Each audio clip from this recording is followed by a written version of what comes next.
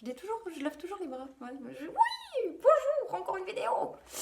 Alors, ce que je vais vous présenter aujourd'hui, c'est la Ego IO Eco de chez Joytech.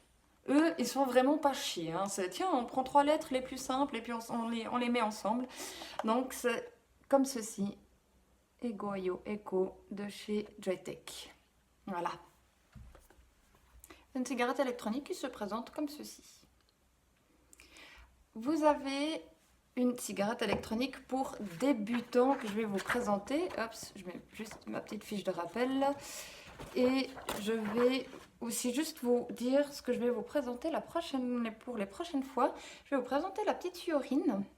Hyper sympa. On a un petit peu aussi comme avec la Mi Pod. Vous avez ici la Exceed en box. Parce que la Exceed, le tube, je connais déjà. Là, je voulais essayer la box. Et après, je vous présenterai aussi la Swag de chez Vaporesso. Voilà. Donc, les deux autres aussi seront très axés cigarettes électroniques pour débutants. Cigarettes électroniques en indirect, une vape indirecte, pour pouvoir conseiller aussi un petit peu les personnes qui veulent s'y mettre et pas toujours que du gros matos, etc. Avec le temps, je vais faire aussi le reste. Mais aujourd'hui, tada, je vais vous présenter ceci. Alors, je vais donc commencer. Vous avez ici un réservoir de 1,2 ml et une batterie de 650 000 mAh. Ça ne vous dira pas grand-chose, mais en tout cas, le tout est fait en tout cas pour de 150 puffs. Elle fait donc 37,5 grammes. Elle est hyper légère, elle est vraiment hyper fine. Hein. On voit comme ça, voilà, toute fine et environ 1 cm de haut, donc quelque chose de tout petit, tout compact. Et des résistances ici de 0,5. Je vais essayer de tracer, pas partir dans tous les sens comme je le fais souvent fait dans mes vidéos. Alors, ici, comment elle fonctionne? Ici, je dévisse et j'accède ici au remplissage de la cigarette électronique. Je vais la remplir après. Donc simplement on dévisse. Hop. Ici je viens enlever le verre. Voilà. Donc à la toute première utilisation, le verre sera vraiment difficile à enlever. Il faudra y aller tout délicatement, un petit peu gauche-droite, pimenter. Simplement parce qu'il n'y a pas de liquide sur le joint et du coup ça tient vraiment fort. Donc enlevez une fois délicatement et après c'est bon. Et ici donc on a accès à la résistance. Donc je dévisse ici la résistance et vous avez une résistance comme ceci, que spécialement pour cette cigarette électronique là. Quelques mots sur cette résistance, c'est une résistance BFHN 0,5 ohm. En fait, c'est surtout une résistance qui est optimisée pour un haut taux de nicotine. Ça veut dire que je peux, par exemple, là, vaper en 6, je ne vais pas le ressentir, mais j'ai exactement ma dose. Et j'imagine très facilement qu'avec un liquide en 12 ou en 18, ça passe sans autre. Donc, c'est vraiment une cigarette électronique pour quelqu'un qui veut commencer avec un haut taux de nicotine qui est en général vraiment conseillé. Et là, donc, je n'ai aucun problème. Donc, pour mettre une résistance, simplement, je viens la visser ici. Voilà. Je viens remettre mon Pyrex, ou mon verre, comme ceci. Je viens prendre mon liquide. Et donc, ici, j'appuie, je remplis jusqu'en haut. Voilà, donc j'ai mes 1,2 ml. Je reprends ici le dessus. Je visse. Donc quand c'est une toute nouvelle résistance, j'attends 10 minutes. Je peux aussi mettre quelques gouttes ici en bas où j'ai accès au coton. 1 ou 2 gouttes, après je remplis, j'attends allez, 5 minutes. J'attendrai quand même bien 10 minutes juste pour être vraiment sûre. Vous avez, je pars quand même dans tous les sens, vous avez dans le carton chargeur, donc embout USB, micro USB. Vous avez une autre résistance qui est offerte, c'est exactement la même. Vous avez ici des joints. Et ici, on voit que vous avez ce joint-là où c'est noté Keep calm and vape on. J'aime bien. Et vous l'avez encore ici si jamais une fois vous le perdez. Donc vous avez vraiment tout ce qu'il faut. Une autre astuce, si jamais, c'est que vous avez ce genre de truc qui vous dit avec le ratio PG-VG, si c'est plus cloud, plus saveur, ouais, ça dépend encore du liquide, hein, donc ouais, bof, voilà. Au niveau d'utilisation, donc ici, il y a le bouton principal, et le soleil unique, et j'appuie 5 fois rapidement. 3, 4, 5. Elle clignote, elle est totalement éteinte. Pour l'allumer, 1, 2, 3, 4, 5, elle clignote, elle se rallume une fois vite fait, comme ceci. Comme ma cigarette électronique, je l'éteins, 1, 2, 3, 4, 5. Toujours l'éteindre quand vous ne l'utilisez plus, qu'on le mettez dans la poche, dans le sac à main, éteignez toujours vos cigarettes électroniques. Question de sécurité, pas que ça s'appuie tout seul et puis que ça commence à vaper tout seul. Une fois que ma cigarette électronique est éteinte, j'appuie longtemps, 5 secondes, sur le bouton principal. Et ici, je fais juste comme ça, je peux choisir la couleur. Voilà. C'est le petit délire de Joytech avec les gens de IO. Puis voilà, bah c'est cool. Il y en a des qui trouvent ça ridicule, il y en a des qui trouvent ça chouette. Moi, j'aime bien mettre en vert. Je vais pouvoir mettre en vert. Donc voilà. La chose importante surtout, c'est de savoir que si une fois votre cigarette électronique est rouge, ça ne veut pas dire qu'elle ne fonctionne plus, qu'elle n'a plus de batterie, qu'il y a un problème. C'est simplement peut-être que parfois tout seul, ça peut se mettre sur une autre couleur et d'un coup, elle sera rouge. Donc vous inquiétez pas, elle sera toujours optionnelle, enfin, prête à être utilisée. Vous avez donc cette batterie, donc comme dit, de 650 000 mAh. Il y a une tension constante de 1,85, non, les Français disent aussi 85 volts. Donc ça va toujours être constant. Et aussi, ça fait en sorte qu'elle ait ce côté éco. Elle tient vraiment toute la journée. J'ai fait toute une journée là-dessus. C'est vraiment que je veux essayer moi-même et pas dire oh, pas toute la journée en fait, non.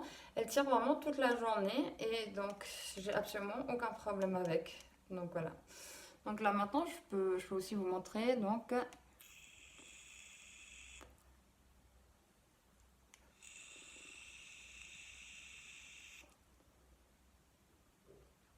Donc elle va faire une petite vape, mais qui est vraiment suffisante.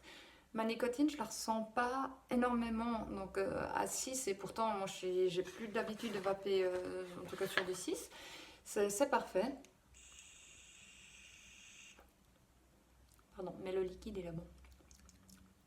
Donc c'est une cigarette électronique qui convient vraiment pour des débutants. C'est vraiment une vape indirecte. Et je pense que pour quelqu'un qui commence, il aura du plaisir à aller là-dessus. Aussi pourquoi je remarque énormément au magasin, et pas que les femmes, quand quelqu'un arrive, il aimerait la cigarette électronique la plus petite possible, la plus compacte, le plus petit. Moi je me rappelle plus, ça date d'il y a 3 ans, mais je sais pas si c'est parce qu'ils passent à une cigarette toute fine ou ils ont juste un paquet tout léger. Euh, En général, si je vais sur quelque chose comme ceci, allez, un bon 80%, ils vont me dire ah non, vous n'avez pas quelque chose de plus petit. Et en général, je leur réponds ouais, mais plus c'est petit, moins ça va durer la journée. Si vous fumez un paquet et demi, ben, le prorata, il ne sera pas équilibré. Alors qu'avec ça, ça va vraiment tenir la journée et c'est petit. Dans cette idée-là, du côté éco, je trouve ça génial. Donc voilà. J'ai essayé des liquides en 70-30. Alors ça passe nickel, il n'y a vraiment pas de souci. Par contre, là, j'ai testé des liquides aussi pour Primo, vraiment pour garder cette idée débutant de A à Z. J'ai pris 4 liquides que j'avais vraiment hâte de goûter de chez Vincent dans les vapes. Et franchement, j'en ai du plaisir à parler. Ils m'ont rien demandé, hein. C'est moi-même qui a juste pris le renseignement. Est-ce que vraiment je peux dire que c'est un liquide pour débutants? Puis ils me font bah oui, pas de problème.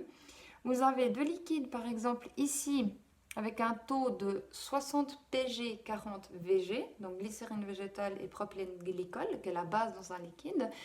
J'ai ici pris poire et pistache. Pourquoi? Parce que c'est pas les arômes qu'on voit souvent et j'adore ça. Surtout le pistache, c'est hyper dur à trouver et alors je trouve ça génial. Ils ont réussi à faire un arôme qui est pas écœurant, qui est pas chimique et on retrouve le goût. Dans la nuit, tu commences à vaper, t'es là, ouais, je suis sur la poire. Et franchement, chapeau. Donc là, je vape, ne serait-ce par le plaisir du goût.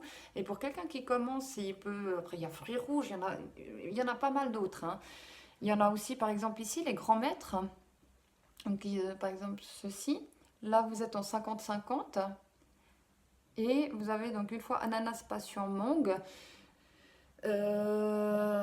Ça c'est personnel, je n'aime pas spécialement, je voulais quand même essayer, donc il est super bien fait. Mais surtout, mon coup de cœur, c'est celui-là.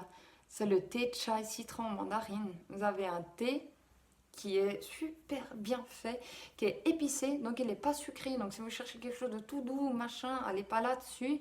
Il a un côté épicé et ultra bien fait. Donc c'est vraiment chapeau pour leur boulot. Si un de Vincent Van Leeuwen m'entend, voilà, c'est vachement cool.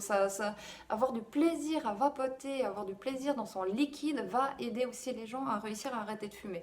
Bon, bien sûr, en trouvant aussi le bon taux de nicotine adéquat. Donc, pour commencer avec ce genre de cigarette électronique là, je dirais facilement d'essayer sur du 12 mg, 18 mg.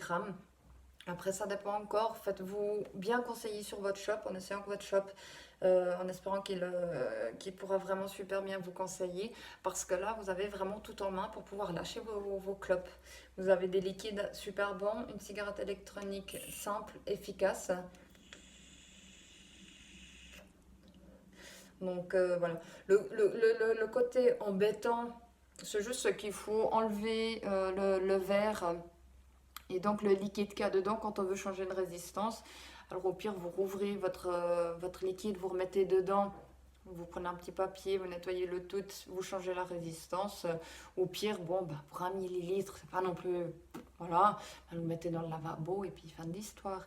Mais ça, c'est le seul inconvénient en fait que j'ai trouvé.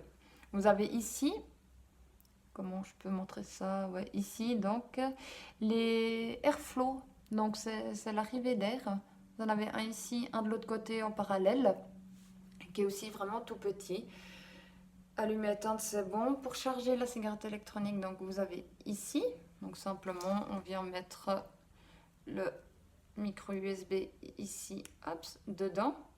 Et vous pouvez vapoter pendant qu'elle charge. J'ai essayé parce que c'est toujours un truc quand même important. Donc si jamais, il n'y a absolument aucun problème. Et je crois que voilà, ben, tout est dit.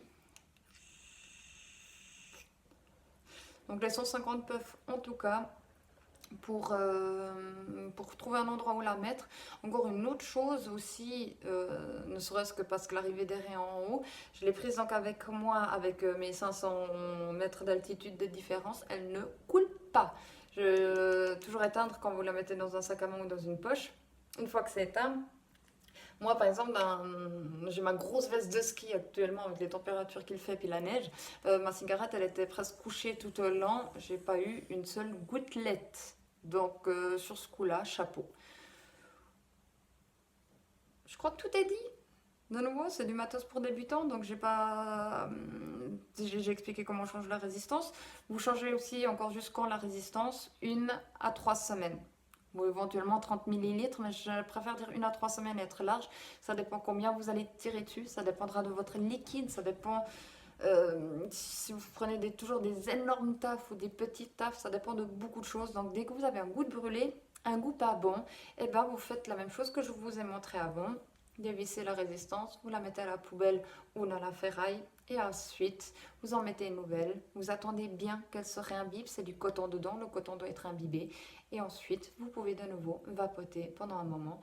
Pensez aussi toujours à ce que le liquide ne soit pas totalement vidé, qu'il n'y en ait plus du tout, pour que le coton ici reste imbibé. Si vous tirez dessus alors qu'il n'y a plus de liquide, au bout d'un moment, le coton va s'assécher, brûler. Donc voilà, je crois que d'avoir une petite fiole comme ça dans la poche, au bureau, peu importe où, c'est pas la mort d'avoir ça avec soi. Je pense que ça prend encore moins de place qu'un briquet et et qu'un paquet de clopes sur ce coup-là, donc plus d'excuses. Donc voilà, si vous avez des questions, remarques, réflexions, n'hésitez pas, écrivez-moi si d'un coup un conseil pour un débutant, c'est volontiers que je peux donner un coup de main. Il y a aussi des groupes Facebook, hein, Je ne fume plus, par exemple, qui peut vraiment aussi vous aider. JNFP, et là aussi vous allez avoir d'énormes conseils. Donc franchement, si ça peut d'être en communauté pour arrêter, c'est toujours un peu plus facile. Aussi, dernière chose où je peux la conseiller, c'est que si vous avez une cigarette électronique un peu plus grosse, mais que d'un coup vous êtes vraiment en manque de nicotine, qu'il y a quelque chose, au lieu de prendre une clope, prenez ce genre-là, vous le mettez en 12 minimum ou 18. Si par exemple vous êtes tout le temps là-dessus, et puis que vous êtes en 3 parce que c'est mieux pour vous, puis que d'un coup, je sais pas, vous êtes dans des bouchons, vous vous énervez contre la voiture de devant, puis que vous êtes tendu, va bien un petit coup là-dessus, et keep calme, voilà. Donc voilà, 16 minutes, je crois que tout est dit. Je vous souhaite une très très bonne journée, à bientôt. Ce sera sûrement donc pour la surine pour la prochaine vidéo. Voilà, bonne journée.